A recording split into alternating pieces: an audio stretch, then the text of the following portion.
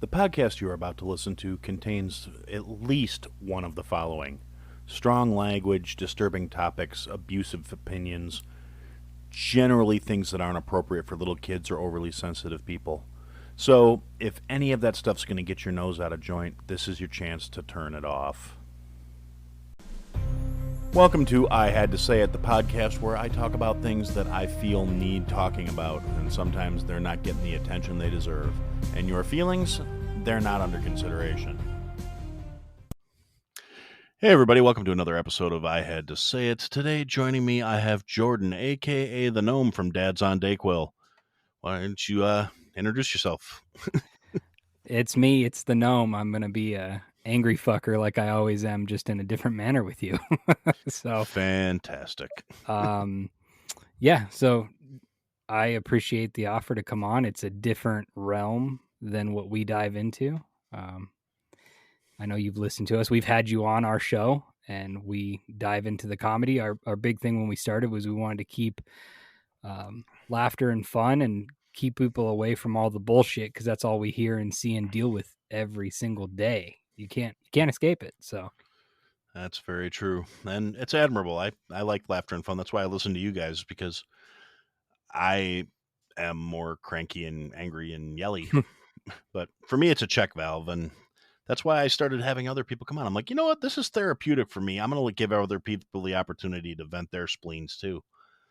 And yeah, so far it's mostly devolved into bullshit sessions, but that's okay. One of these days I'm going to get somebody on here that's really going to have an axe to grind, and I'm just going to sit back and sip my scotch and be like, yeah, that's what yeah, get them. So that being said, for the folks that, just to kind of do my usual, like, yeah, you know, they are here. Jordan is here. I have endorsed his show previously. I will do it again. At some point, I will be trying to get Josh on here just so I can claim the hat trick. But seeing as you guys have issues getting him wrangled, I'm not holding my breath. At some point, I will try and get you guys on here as a collective thing too, because I think that could be fun. Well, that'd be fun interesting for me, at least. Like, all right, I mean, I may be, poking the hornet's nest with that one. Like, come on, guys, let's have controversial arguments. Yeah, like, this is stirring up shit. You know what AJ told me? He told me when he's recording, he has to turn down the screen because the glare from your head's blinding the fuck out of him. How do you feel about that, Josh? Just, yeah, You'd have to give him to look up from his phone long enough to reply. That seems fair. Now, on the other hand, I feel like I could also commiserate with him because I can't spell worth a fuck either. And I did catch him on the Bleach Bros where I actually felt vindicated because I could spell a couple words both those guys couldn't spell. I'm like, fuck yeah. I'm not the dumbest person I know. I mean, B-word did turn up the heat pretty quick on them with some words. I was like, you started slow, but then you went to 100 real fast with those guys. There was a couple of little lobs there to get them feeling secure about themselves, and then he brought the heat. It was just just let them rip. And that was actually, like I said, for me listening, that made me feel good because I'm like, I know how to spell that one. I could have won this competition. Yes, but that's not something I make public knowledge. Is I spell like a differently abled third grader. So it's, yeah. So you said earlier, this reminds me, this is a good story. If people haven't listened to the Dads on Dayquill podcast, this story was briefly told in last week's episode, but this is what it's like dealing with Josh, the Dome. So he's not a solid reader, and he is a heart of gold. He will do anything for you.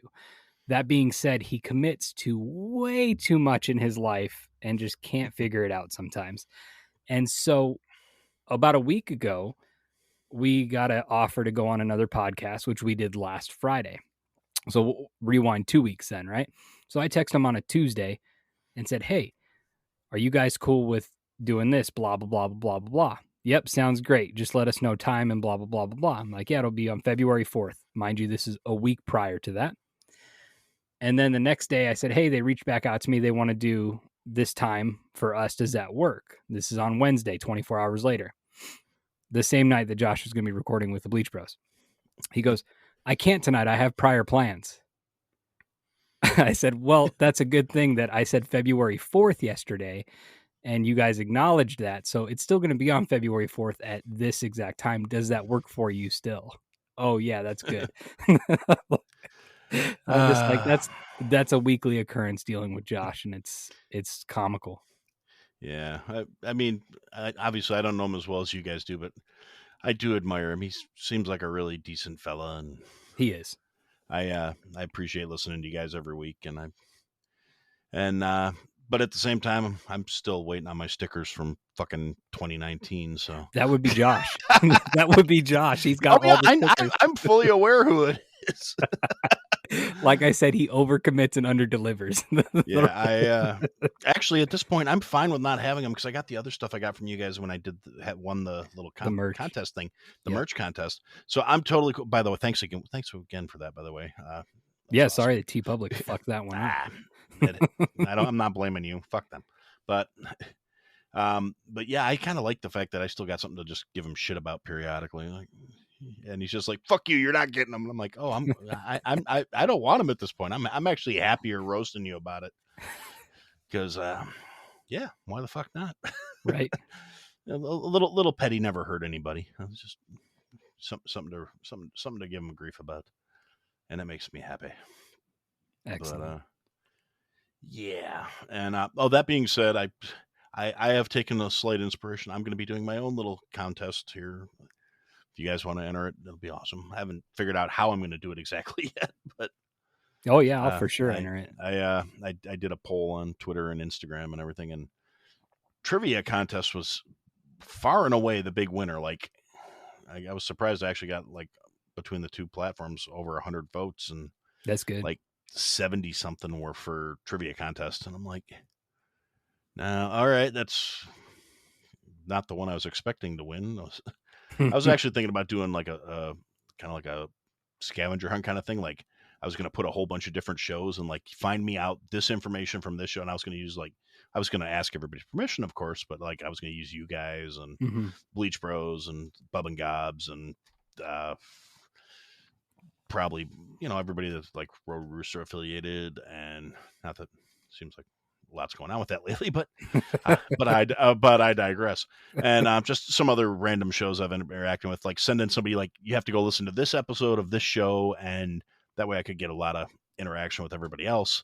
And I thought that was a pretty cool idea, but I didn't want it just to be like, this is what I'm doing, and if you fuckers don't like it, you don't have to play. So I was like, I want engagement. People vote on this shit. Tell me what I should do. And so apparently I'm doing a trivia contest, which I'm trying to figure out how I can work that into, like, am I going to make it trivia related to shows? I'm like, right. I guessed it on this show for this episode. Go listen to their third episode and tell me their second co-host's name. What? I'm like, but I digress.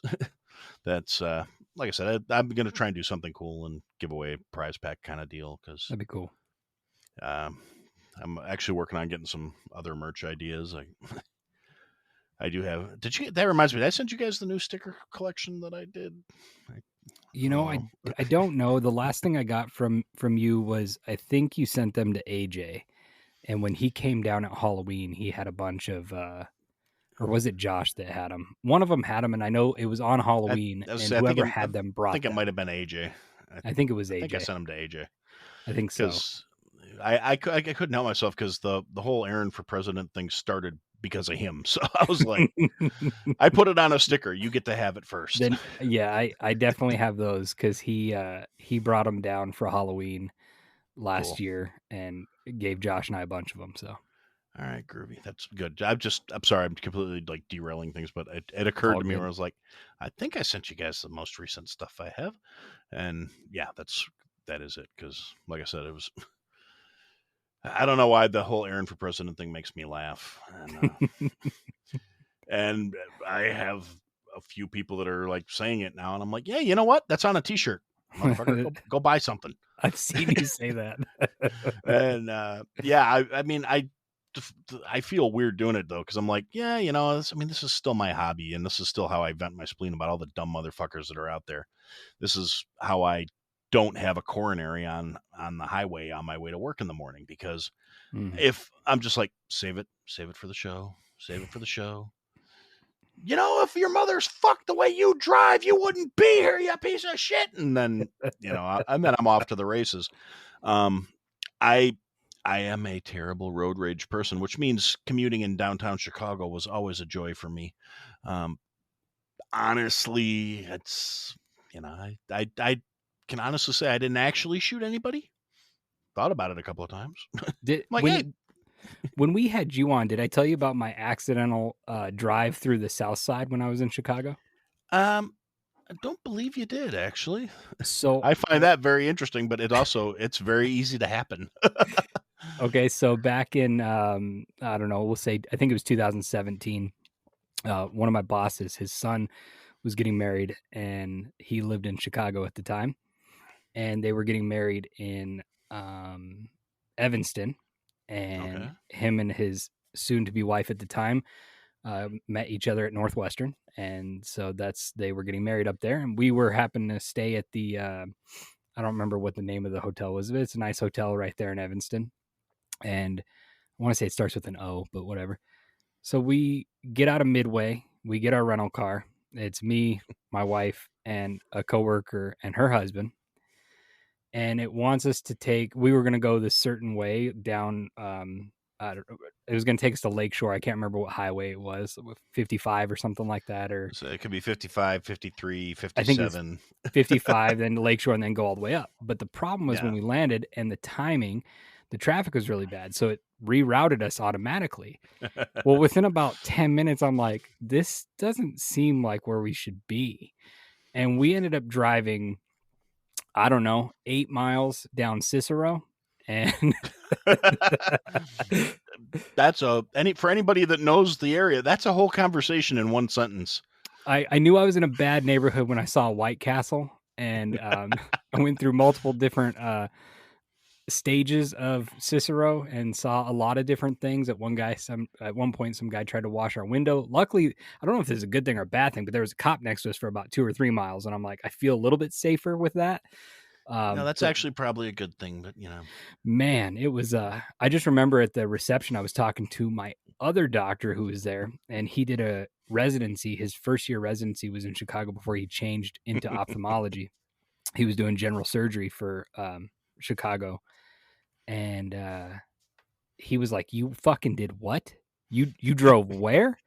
He was like, "How are you alive right now?" I'm like, "It wasn't that bad." It's like White Castle, beauty supply shop, check cashing place. Like, I'm pretty sure I saw a little Polish town thing at one point. Like, yeah, there's a nice little Polish town area along there, but there's a lot of not good. not so great. Yeah. That actually kind of reminds me, when I was working in downtown Chicago, was right when Shameless was getting really Okay. like in season 3, 4. Yep. Was really taking off. And the place I was working was just like, it was an athletic club and you could, at one point it was like an old money men's club, and then it got open to everybody, and we had a swimming pool and a gym, and then the restaurant was attached to it, and that was my side of things. And we also had a boutique hotel. It was 25 suites on the top floor of the building. So great suites. Originally they were like member benefits, but then we opened them up to like hotels.com and bookings.com. Mm-hmm. And we start just because, we had to get bodies in the room because the members weren't using them enough to charge them for them.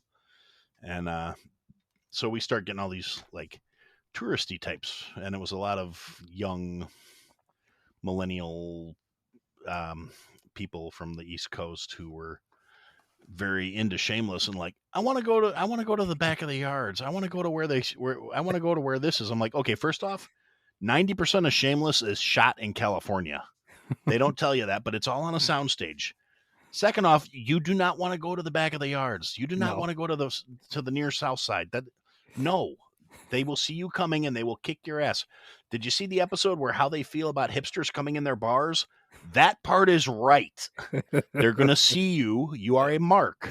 You are going to get robbed. So there's a real good possibility they will kick your ass just on general principle. They're going to hear you talk and they're going to know they can kick your ass. Yep. You come in there in those Birkenstocks and swinging a New York accent, they are going to take everything you got. And if you're lucky, they'll give you a ticket for the red line so you can get back to the club. If you're lucky. Yeah, and like and that's the thing, like the red line stopped right outside where the club was in the financial district of Chicago, but that's also like how you would get to, go watch a White Sox game, which Right. not the best neighborhood. Yeah. And so I would regularly be having to talk these like 25-year-olds out of going into a neighborhood that was going to literally get them their asses handed to them. And they're, well, can't we just go there? No, you can't. I can go there. You can't go there. Right. Like, for starters, I don't smell like tourists. What's that supposed to mean? We don't smell. I'm like, no, you don't understand. They can pick you out of the crowd. They can get a scent of you. You're going to get robbed. I go to the south side. They look at me and go, that motherfucker's got a gun. You know why? Because that motherfucker's got a gun. And the funny thing is, like, 4 of my distributors were in the back of the yards because they were in the meat packing area. So my produce guy, my meat place, one of my other like stuff where I got, general paper goods and shit.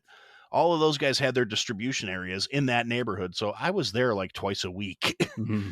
And so I was comfortable with it. I got to go there. I'll take my van and fill it up with all kinds of shit. And I don't worry about getting robbed. Why? Because like that motherfucker's got a gun.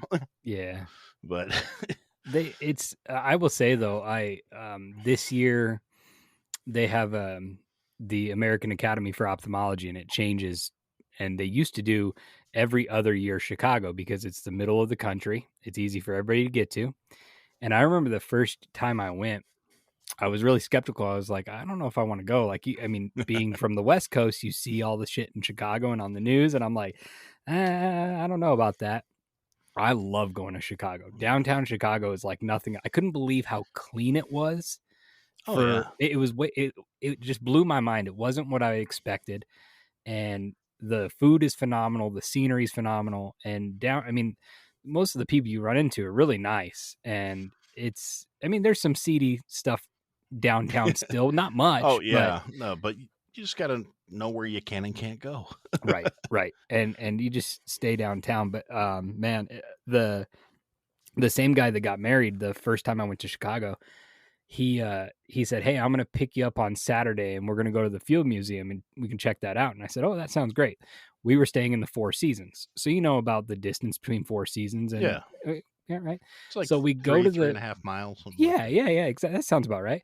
So we go down to the Field Museum, spend a couple hours there. Great time. We hop out. It was raining when we got there. When we leave, he was like, oh man, it's gorgeous, which it was. It was like low 50s, cloudy, but no rain. Let's just walk back. I'm like, what? Walk back? And he was like, yeah, dude, it's just a couple minute walk. I'm like, it was like a 5-minute cab ride over here and there was no traffic. No, we're fine. I was exhausted with how much walking because we ended up going to a Northwestern game that night and we walked from Lou Malinati's in Northwestern all the way to the stadium, which was a little bit of a jaunt.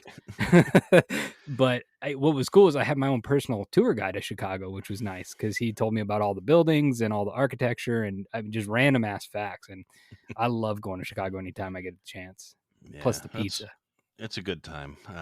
Like I said, as long as you know where you're going, and there's like they have like the park where they have Lollapalooza every year and shit like that. And that was a few blocks over from where my club was, and that we would do different events in the park and shit like that. We did like these 5Ks, and the club would have a tent, and we'd bring all this booze and food for all the members that were doing the 5K, and then we'd have all these random people that had nothing to do with our club coming up trying to get meals and shit. It was a good time, but we'd always wind up loading up our truck to haul everything back, and then I would just walk back to the club, and they'd be like, "Don't you want to ride in the van with all the stuff?" And I'm like, "No, because if you take one corner wrong, all that shit's gonna slide into me, knock me around. You won't let me fucking drive." Like, no, I'm gonna walk back to the club. I'll see you when we get there.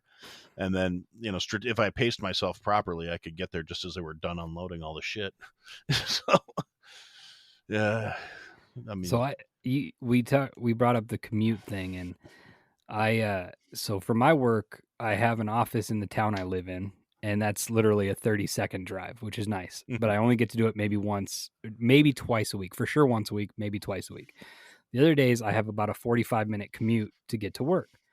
It's highway, it's low traffic, it's never bad. Even if there's construction, it's still not bad. What bugs the fuck out of me, though, is especially from being from Vegas. And Vegas is not traffic like Chicago. It's not traffic like LA. It's not traffic like New York, but it's still a hustle bustle. And the problem I have with Vegas is a melting pot. Nobody's from Vegas. Everybody lives in Vegas. So you have all these cultures of driving styles that don't mesh well. So you learn to get around it. You learn what to do. Whereas here, it's just, I think what bugs the fuck out of me is nobody knows what cruise control is. And my example for this would be, so when I get off, I have to take an interstate to get out of town. And then when I'm out of town, I end up taking a highway that goes between the two towns. And it's a 4-lane, so 2 on each side, so no biggie, whatever. Well, when you're on that highway, it's 55 miles an hour. It drops to 50 for a couple miles. And then after that, it goes up to 65 the rest of the way until I get to that next town. And I will sit there and coming home, I'll set my cruise at 72. I'm like, cops aren't going to touch me at 72. In a 65, they're going to be like, have a nice day. Just stay in your fucking lane. I'll get to the 55 zone and I'll go 62. Same principle, 65, 72, 55, 62. And these fucking idiots will just fly past me. The people that I passed looked like I was going 80 past them.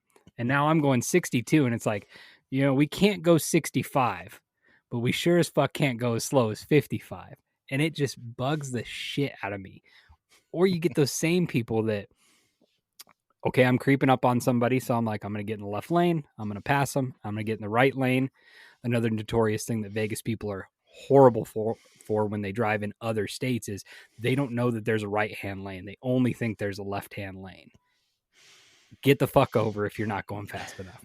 Yeah. But you'll go and get past this person, and then they all of a sudden think, oh, it's a fucking race. I need to speed up now. I'm like, just leave me the fuck alone. Like, either go past me or slow down and get out of my way. Let me listen to my podcast and not my angry music right now. Yeah. I completely, actually, I was just dealing with that on my way home today.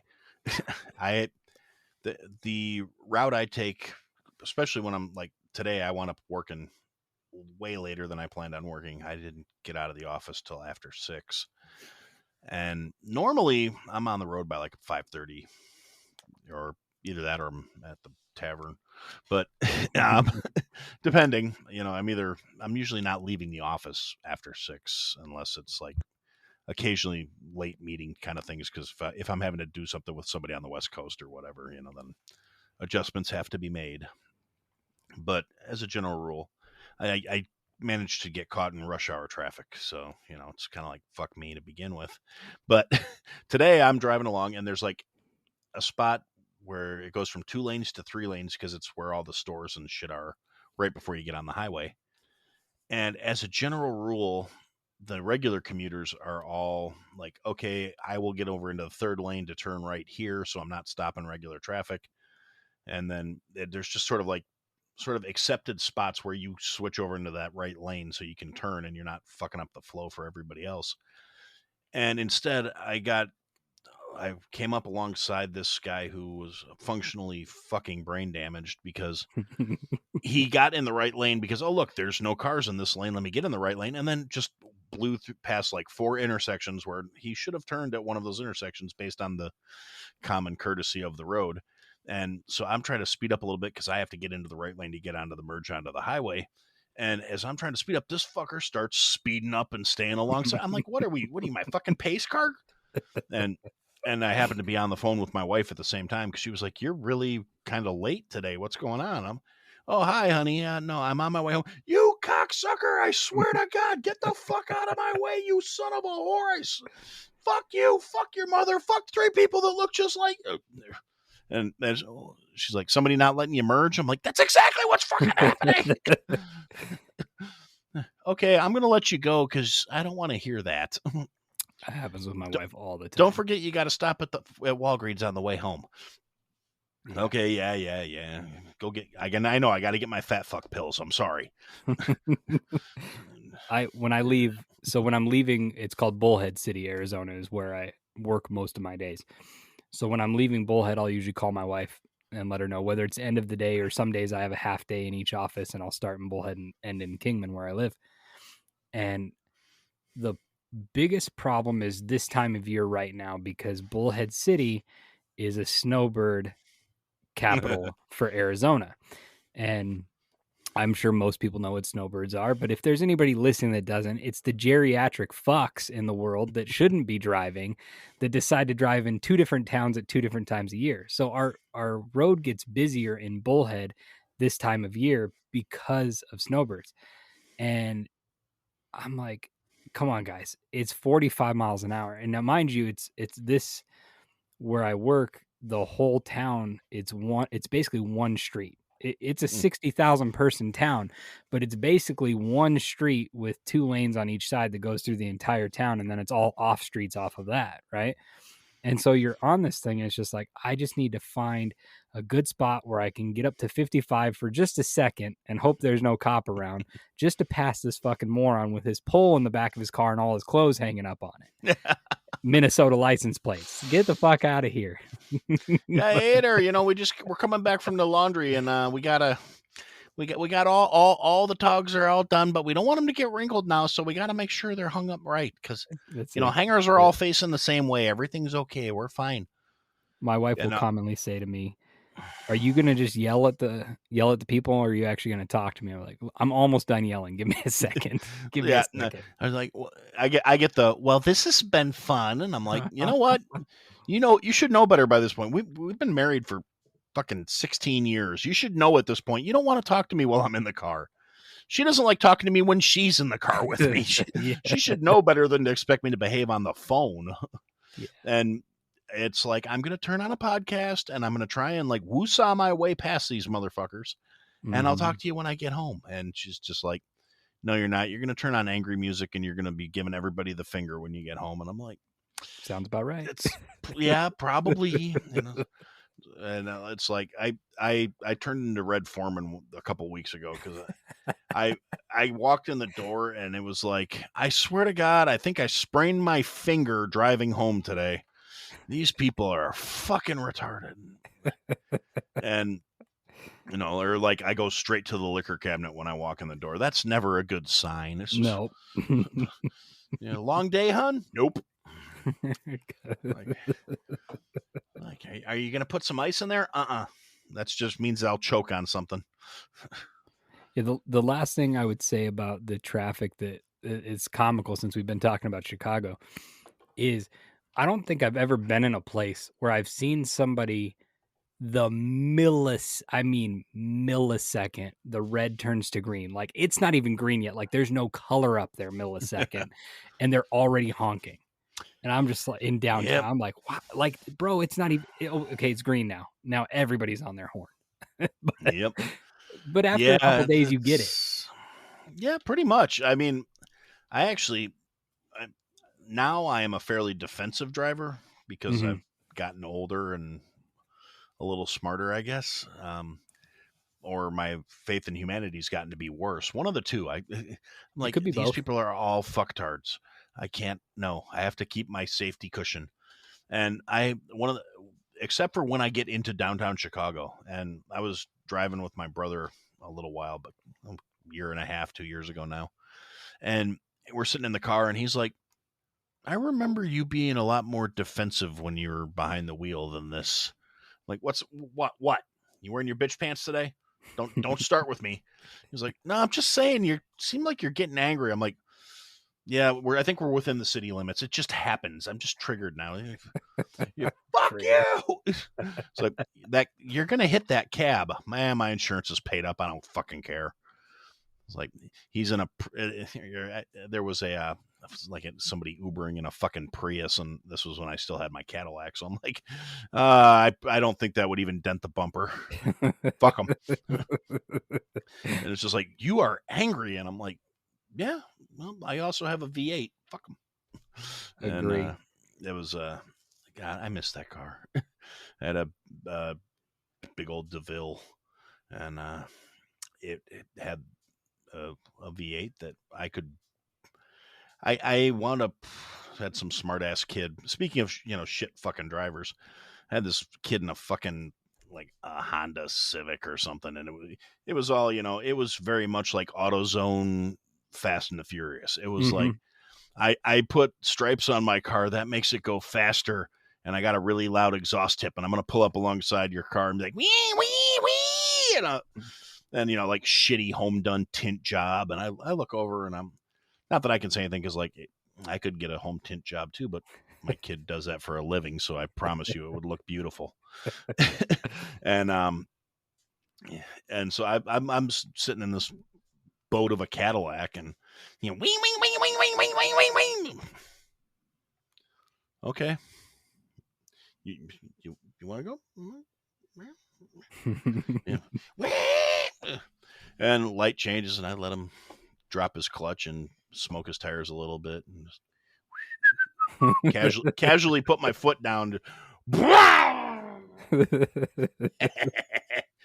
Like fat guy in a Cadillac with air ride suspension. I was doing like 90 within a block. Yeah. And I was like, fucking shame that. I'll tell you what. Got to the next set of lights. He catches up. Like, yeah. You. Hi. Yeah. Little cocksucker. And then.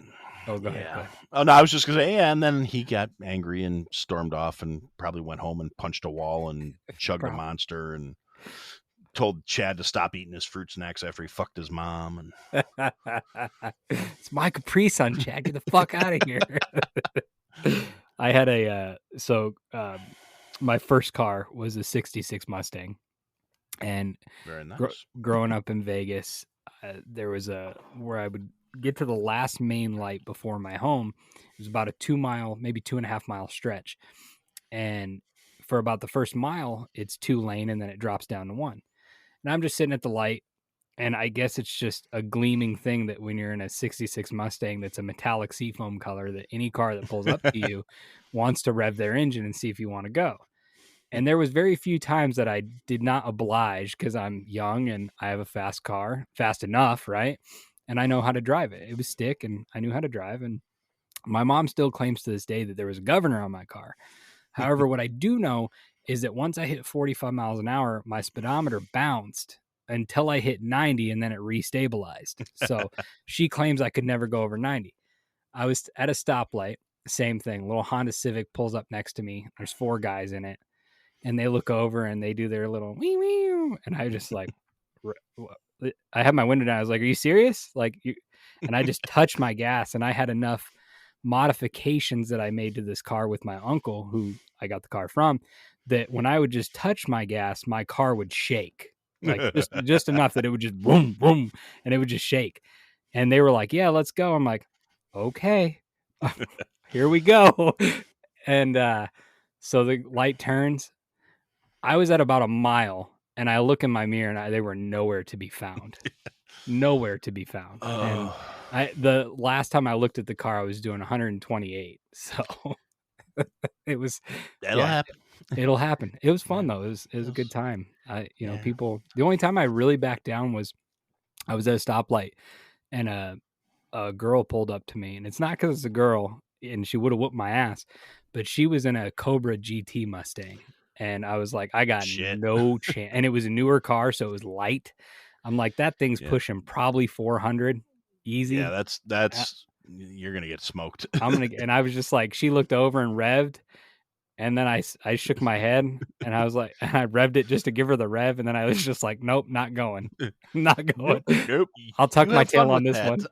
Yeah. Well, my one of my boss's cars, he's got a Shelby GT, and it's just like nice blue convertible. It's a pretty thing. And it's always funny because he doesn't always drive it. When he does, you can always like hear him from inside the building. Yep. Oh yeah. And I mean, I love a car with some muscle to it, but like you said your first car is a '66 Mustang. My first car was an '84 Dodge Caravan, so Hey, nobody that's was dope. racing me in that shit. I But yeah, I I got had lucky. beanbags in the back, so fuck yeah. Yeah, there you go. See, there's a yin and yang to it all. Like you give some and you take some. Like sometimes you get to have a special love sack in the back, and other times you just get to have horsepower in the front. Yeah, well, I also kind of overcompensated after my minivan like exploded. It threw a rod, Yeah. pissed me off too. Because I took it to the mechanic, got a tune up. Like I'm going out of town for the weekend, make this bitch purr. And I got like halfway to where I was going, and it fucking threw a rod. I was like, "What the fuck did you assholes do? I just picked it up this afternoon. You killed my car." But then I wound up going through like I bought a fucking '67 Cutlass Fastback, and then I bought a. Then I went to an '78 Monte Carlo that was ridiculously overpowered because it did not have a Monte Carlo engine in it.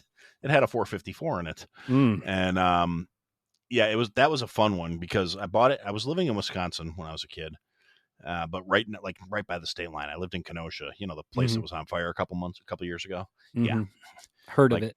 yeah, I watched the coverage of that going, I've been there. I got high in that building that's on fire. I got high behind that building that's on fire. My ex-girlfriend lives in that building that's on fire. And the place where Kyle Rittenhouse shot those guys was right in front of a place I used to party on the weekends. Awesome. But my dad found me this Monte Carlo, and it was in Illinois, and we drove to go pick it up, and I gave him the money and he bought it for me, and we went to go pick it up, and no plates, no nothing, and he goes, since you're a teenager, why don't you drive my car back and I'll drive your Monte Carlo, you just follow me. I'm like, Dad, I don't know where the fuck we are. Like, you found this car, we're in Illinois, you found, because he worked in Illinois, so he knew the area, and I'm like, I don't know where the fuck we are. We drove an hour and a half to come pick this car up. I don't know where the fuck we are. I can't drive your car home. He's like, well, just follow me. All right. He's like, because if I get pulled over and I have a bill of sale and I have a car with no plates on it, they're not gonna give me any shit. I mean, he was 40 whatever at the time. I'm like, okay, if you say so, pops. And so my dad had a little Oldsmobile sedan. And my kid brother was with us, and so we're following Dad, and we're driving through the town, and it's no big deal. And then we hit this county road, and all of a sudden, he starts speeding up. So I'm trying to keep up with him because I don't want to get fucking lost in the middle of nowhere. Next thing I look down, the speedometer's pegged at like 125, and he's still putting distance in between us. And I'm going, this motherfucker here. And my brother's like, you're losing him. You're losing him. I'm like, this car has nothing left. It's floored. We're gonna die. I'm like, put your seatbelt on just in case. If a deer comes out, we're fucked. Like, this car's plastic. We're screwed. And we see a Wisconsin state line sign, and I'm like, okay, at least now I know where we are. I wound up catching up to my dad. He pulled over into some bar's parking lot, like in the middle of nowhere. It was the only thing in this part of, like, it was like woods and a fucking tavern. And my dad's sitting on the hood of my car, smoking a cigarette, waiting for us to catch up to him. I'm like, what the fuck, Pops? He goes, hey, this thing's got some pickup. How fast were we going? I'm like, why are you asking me? You were fucking driving. He goes, yeah, but your speedometer only goes up to 110. I was like, I love you, Dad, but I don't know. Your speedometer only goes up to 125. And he goes,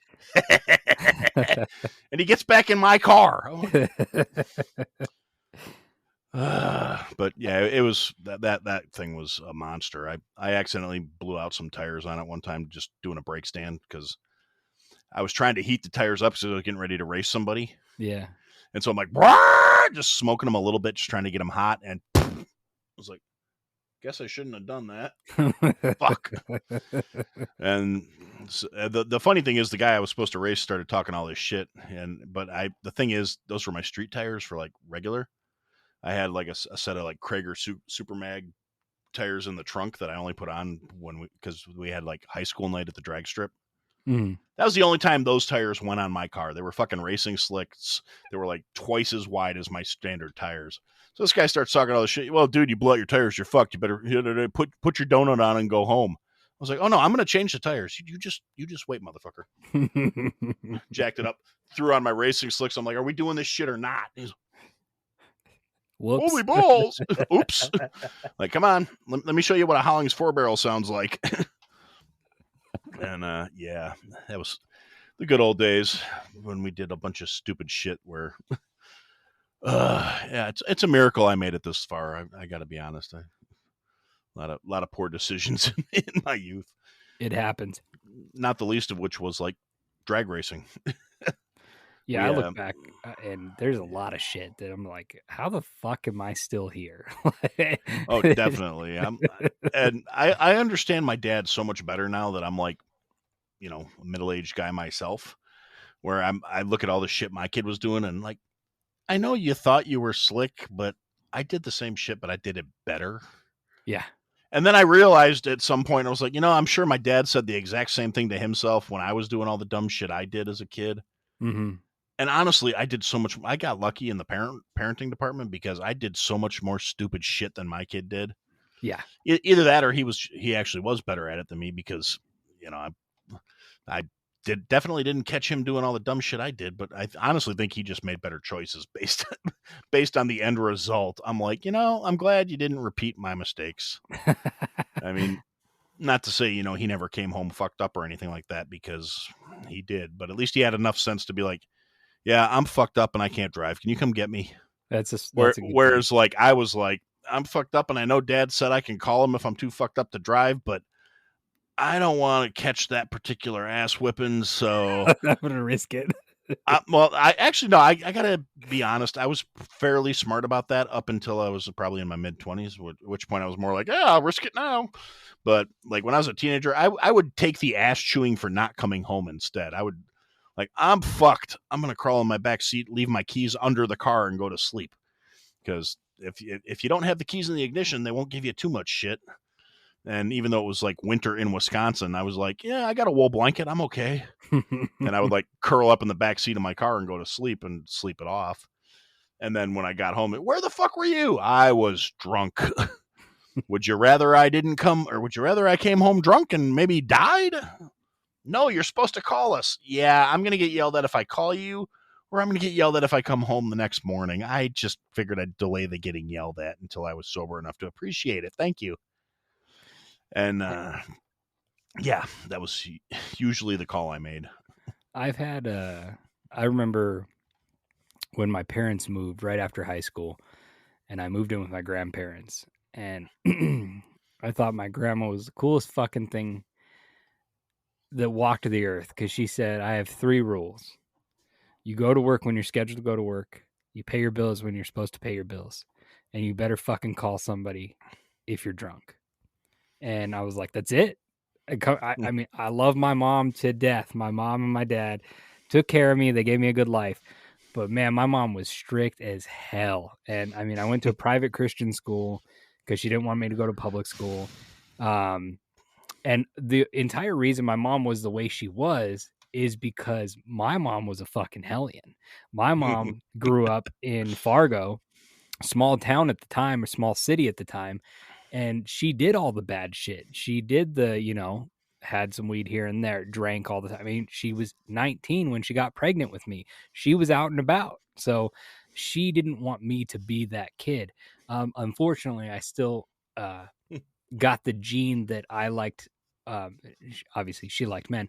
I like women, but I got the gene from my mom that I like to slum around. And so, but I didn't ever care for drinking until I tasted it when I was like almost 19, and then I hit the ground running. But there, for me at least, you know, I've even still to this day, you know, I'll go to dinner and have a couple drinks with the wife and be fine to drive home. And I mean, there's been close times where I'm like, I'm not too sure, maybe you should drive. And she's like, if I drive, I'm gonna have to keep one eye closed. I'm like, okay, I'll drive. But I want to say I was like 20 or 21, and I went to a party with my girlfriend at the time, and I remember The only thing I remember from the party is I kept asking her if I pissed myself because my pants were wet right there.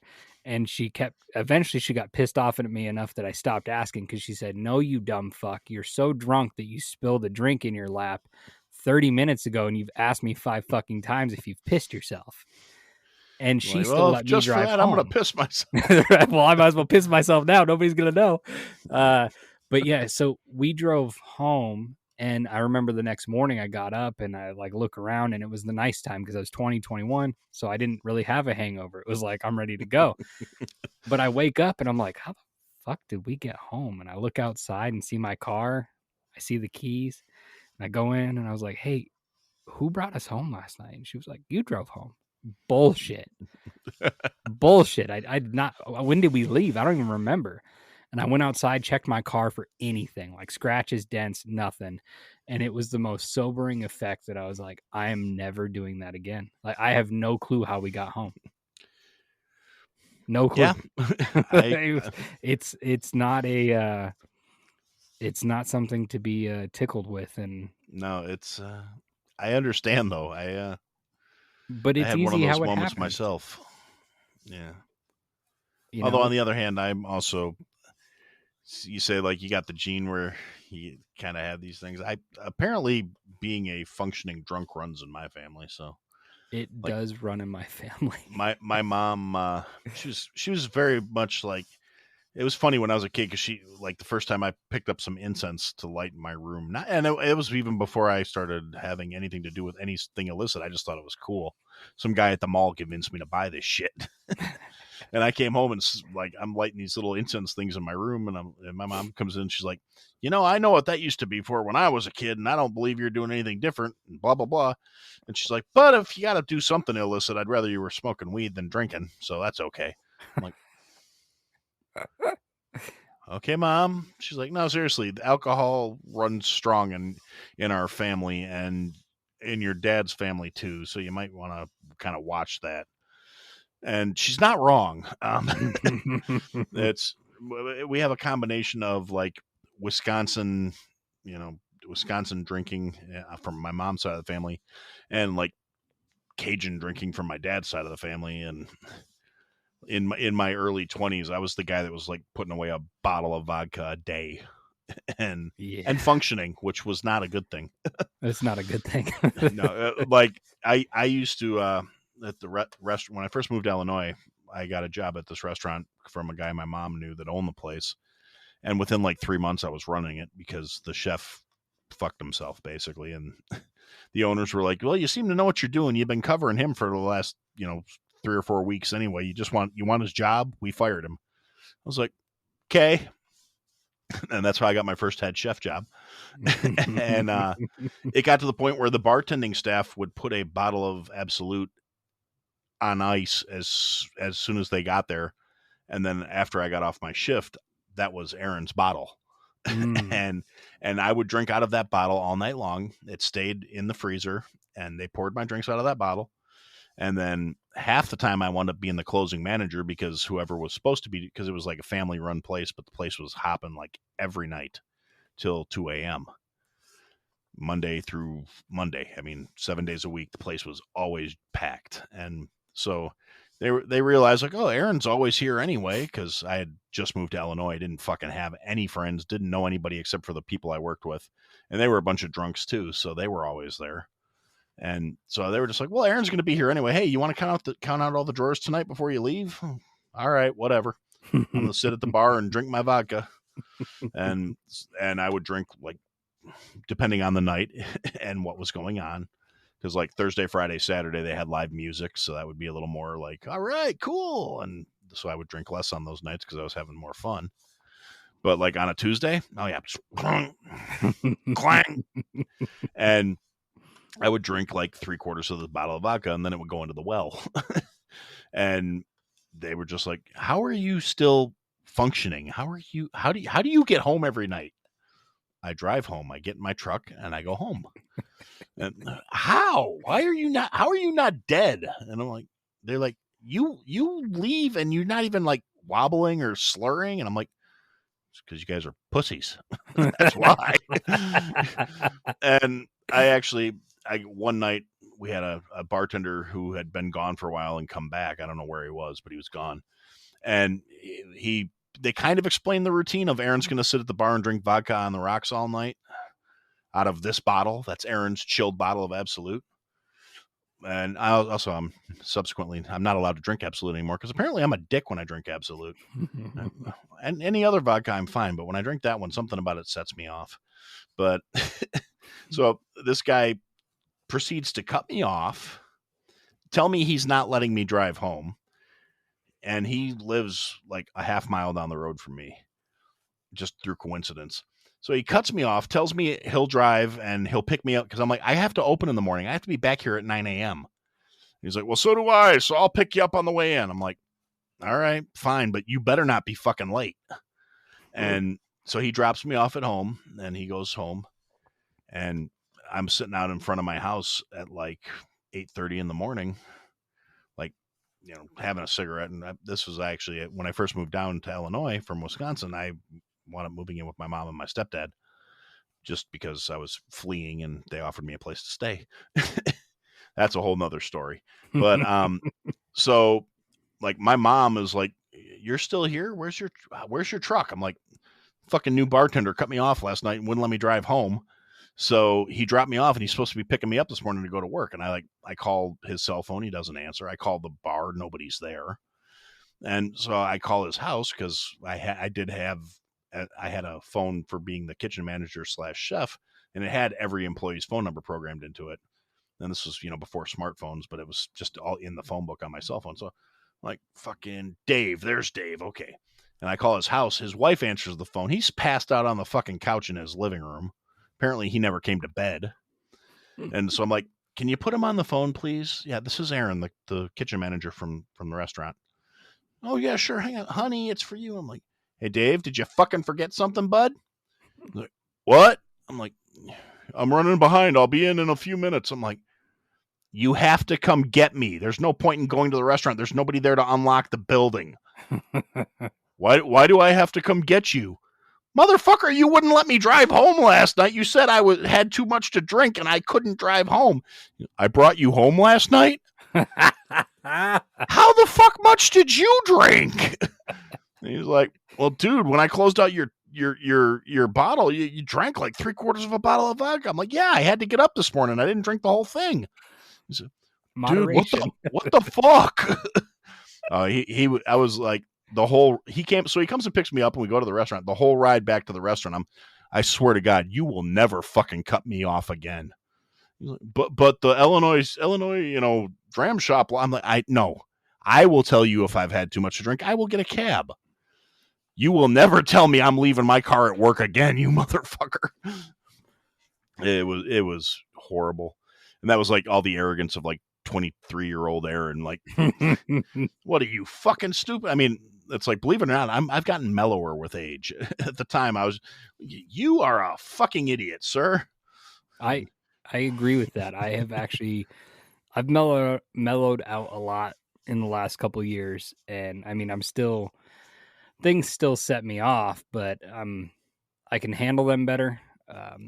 But when I was young, it was, even still to this day, I'd rather just let it. I've had this issue at work is I may say some shit that I don't entirely mean, or I didn't mean it to come off that mean, I should say, because I'll apologize for it, but I still meant it. And if I hold it in, you're just going to get me to explode later on, and a bunch of shit's going to come out that doesn't need to come out at one time. Yeah. And it's just not going to be appropriate. And I think, when you and I talked about me coming on, one of the things I definitely wanted to bring up, especially before we're done, is in this day and age right now, we have a pandemic, we have a fucking moron that's trying to run the country and doesn't know where he's at.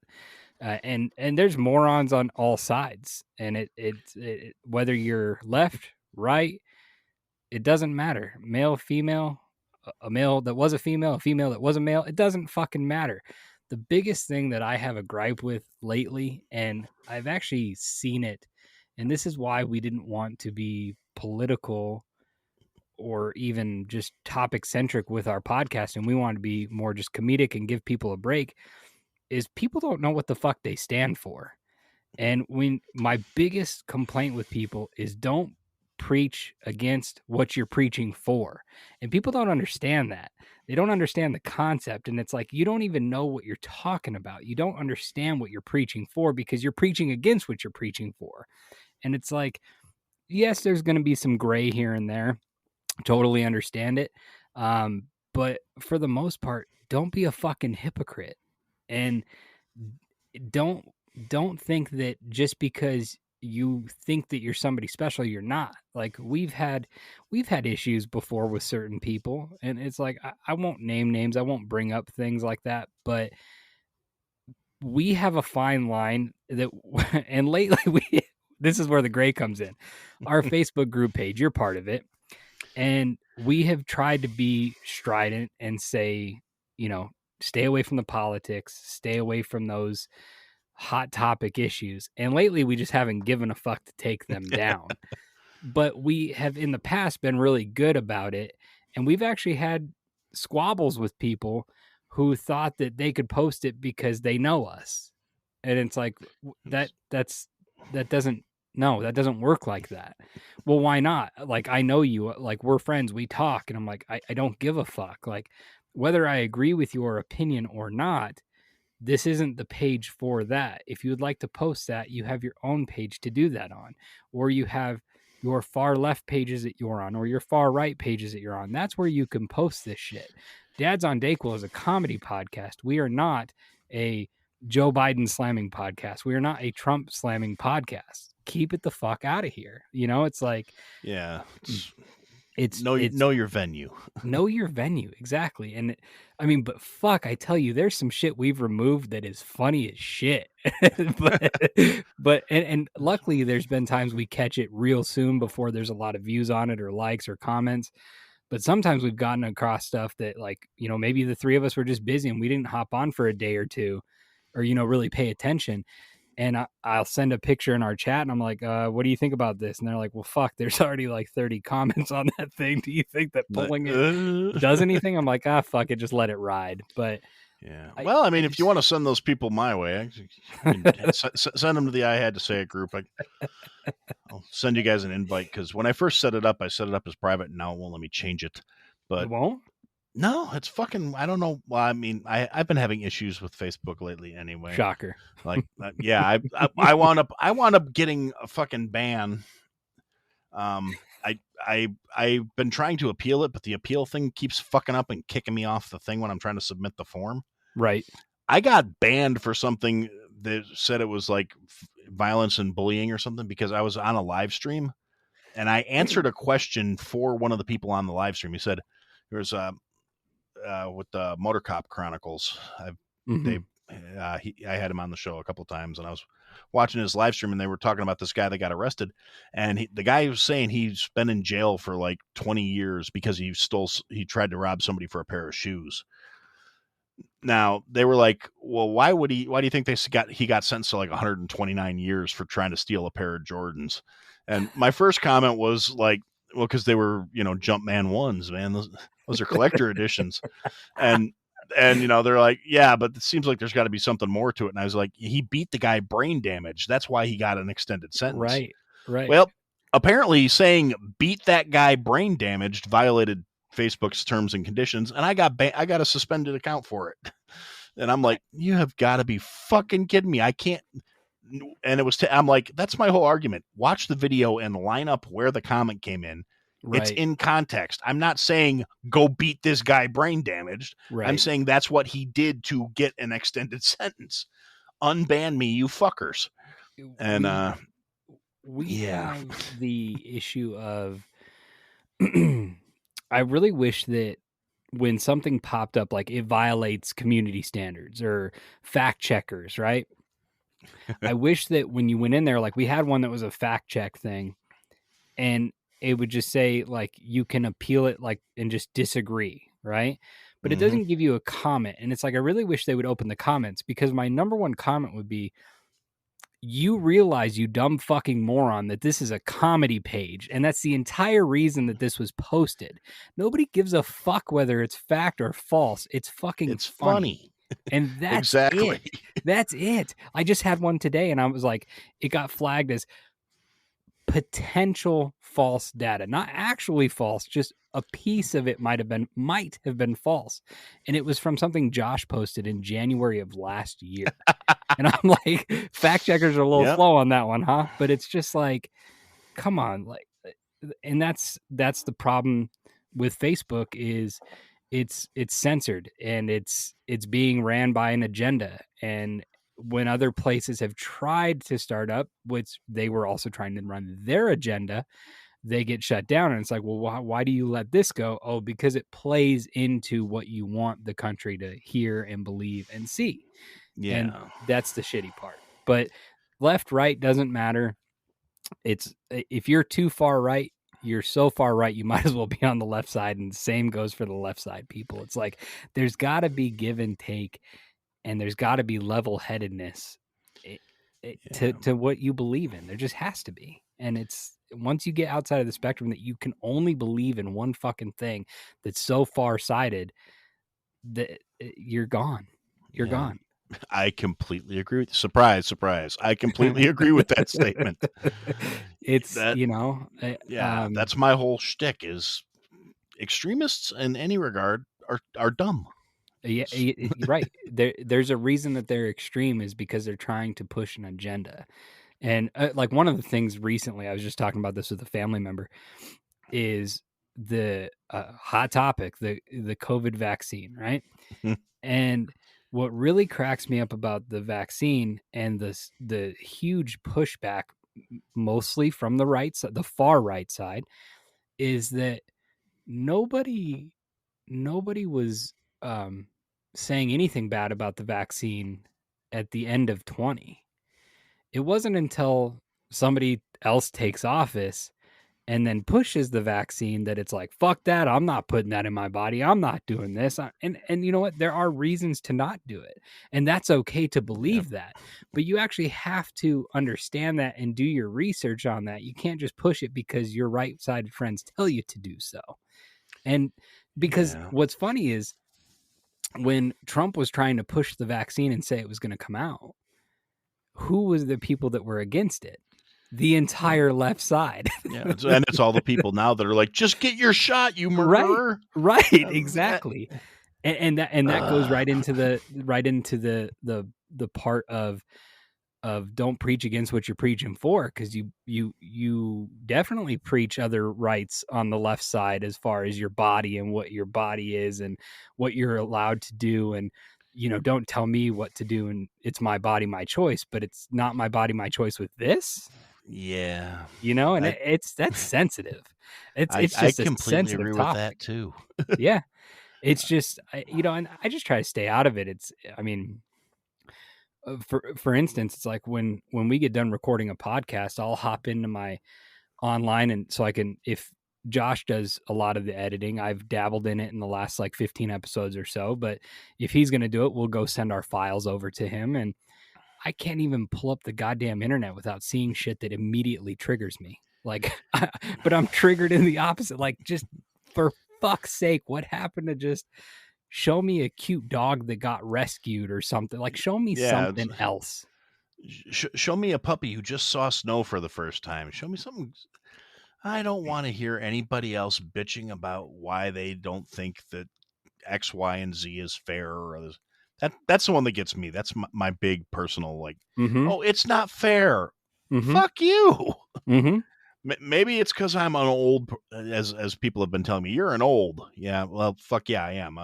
All this white in my beard was fucking earned. And it's like, I went years without, just from being in kitchens and all this stuff for so much of my career, where I was working in places where I couldn't have a beard. So this is like a big, like, change for me. I'm like, why not? Just see how it looks. And then I'm going, fuck, I'm salt and pepper now. I missed the bus on having I'm gone straight to distinguished. Yeah. But that's the one that gets me. Or like, oh, well, that's not fair. why is it not fair? Because you're not happy with the end results, or because Right. you didn't have the same opportunity as other people? Because it's another thing I'm thinking about putting on a t-shirt, like fair, it relates to opportunity, not results, because fuck you, not everybody deserves a trophy, and My boss says something and has said it recently when we discuss changes, and when you work in the medical industry, especially right now, changes are frequent and can be extreme at times. And there's been times where she even reminds me of me, in the sense where I'm like, but well, is that fair? And she goes, Jordan, life's not fucking fair, is it? I'm like, well, good fucking point. You got me there. what does fair have to do with their Sparky? Yeah, exactly. Although I gotta say, in terms of far as fair goes, I heard recently somebody said, oh, it's finally going to be fair and balanced because the government's going to send us all masks so we can keep up with the mandates. And my reply to this is another one of those comments that got me a flag on Facebook was, yeah, hey, you want a free blanket with it too? And apparently that's considered insensitive because yeah, no, I'm good with my personal already have it ineffective face covering. I don't need anything else, thanks.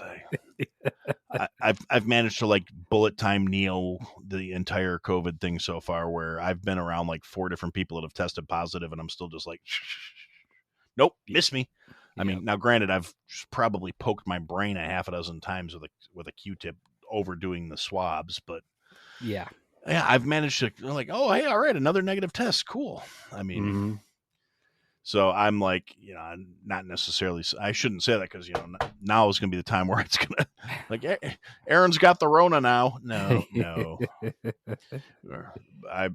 But like I said, thus far, knock on wood, I've been like, okay, cool, yeah, no. With my luck, I'll put on that government issued, hey, here's your free mask, and then like come down with Omicron or whatever the fuck we're on next.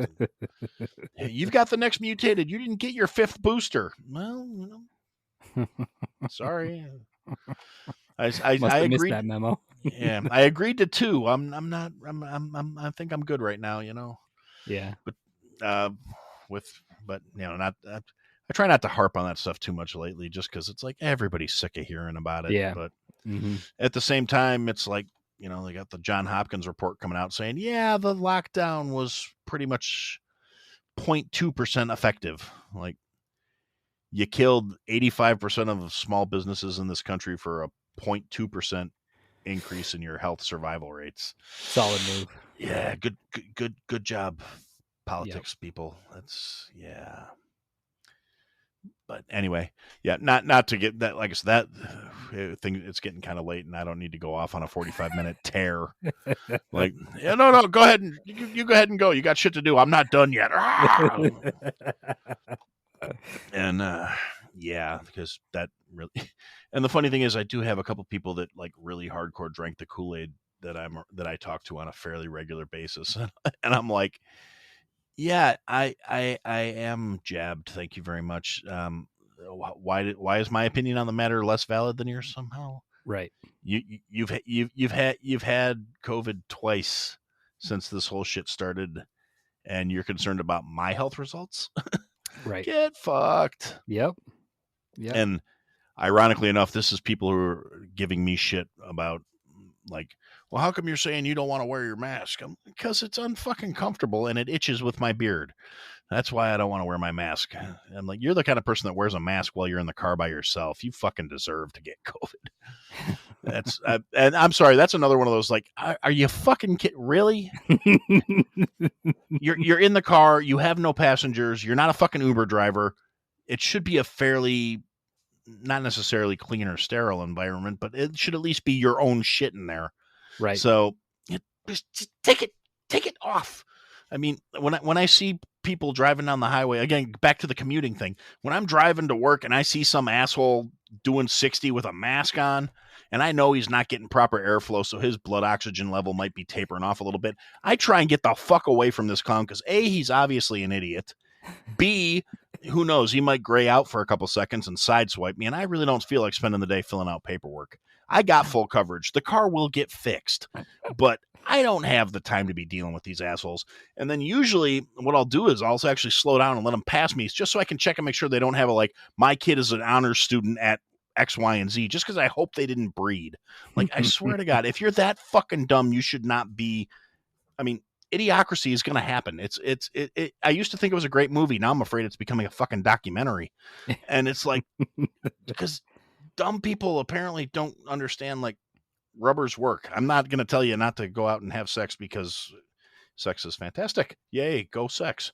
But I mean, if you're fucking stupid, just do the rest of us a favor. You know, it's not hard. You tear the top like it's a bag of chips. You roll it down on your junk.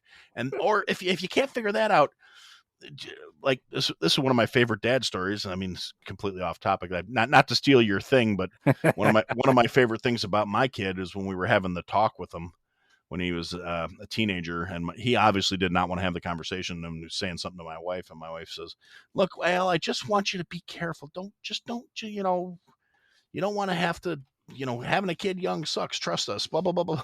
He's like, yeah.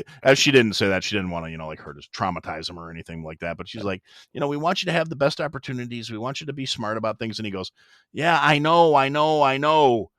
Only do them in the butt." My wife's jaw like hit her chest. "What did you say?" And I'm trying not to laugh. I'm like, it's like, yeah, you can't get them pregnant if you do it in their ass. And well, she's like, you know, hit so hard she paused like, ugh. And he takes that opportunity to right out the fucking door. And I'm trying not to laugh because I know if I laugh, I'm fucked. I'm a dead man. You're a guilty party. And I snorted. That's all I did. And she looks at me, "He got that from you."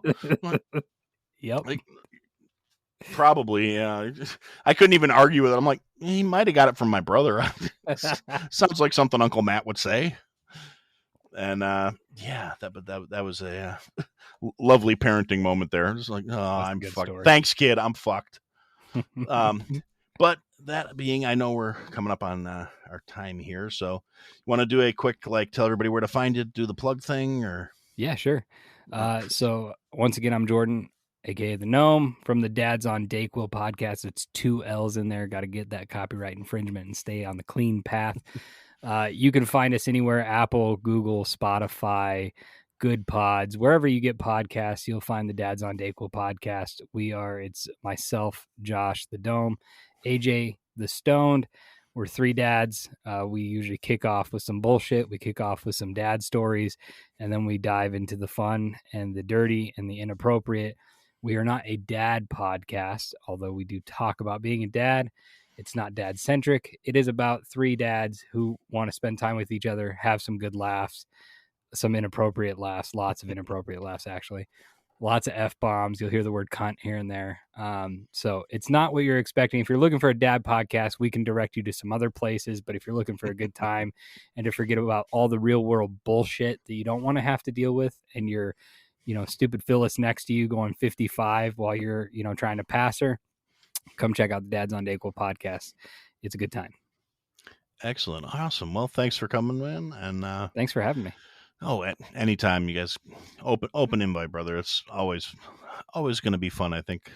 I would love, actually, your idea. I would love to get the 3 of us on here all together on your podcast. I think it could be a really, really fun riot to hear that. I agree. I think it could be good. I don't think we'd have to sell it to the other guys too hard. No, I don't think so. It's just a matter of well, AJ's pretty open and easy. It's just getting Dome to pay attention to dates and times. Yeah, well, you know, he's got a lot going on. Yeah, too much. Yeah, but yeah. So I guess for now, that's what we had to say. This episode is brought to you by Kia's first 3-row all-electric SUV, the Kia EV9. With available all-wheel drive and seating for up to 7 adults, with a 0 to 60 speed that thrills you 1 minute, and available reclining lounge seats that unwind you the next. Visit kia.com/EV9 to learn more. Ask your Kia dealer for availability. No system, no matter how advanced, can compensate for all driver error and or driving conditions. Always drive safely. Thanks for listening to another episode of I Had to Say It. If you liked what you heard, leave a review, give us a follow. Give me some feedback. And if you didn't like what you heard, leave a review, give me a follow, give me some feedback. I'll try and fix it. Check us out on all the social media platforms. That I Had to Say It podcast is the trigger for all that stuff, for the search term. And if you want, check out the website, www.ihadtosayitpodcast.com. There's links to people that have been involved with the program, things I've talked about. There are some links available for some merch that we're working on, and there are ways to contact us there as well. And thanks for listening, and I look forward to talking to you again soon.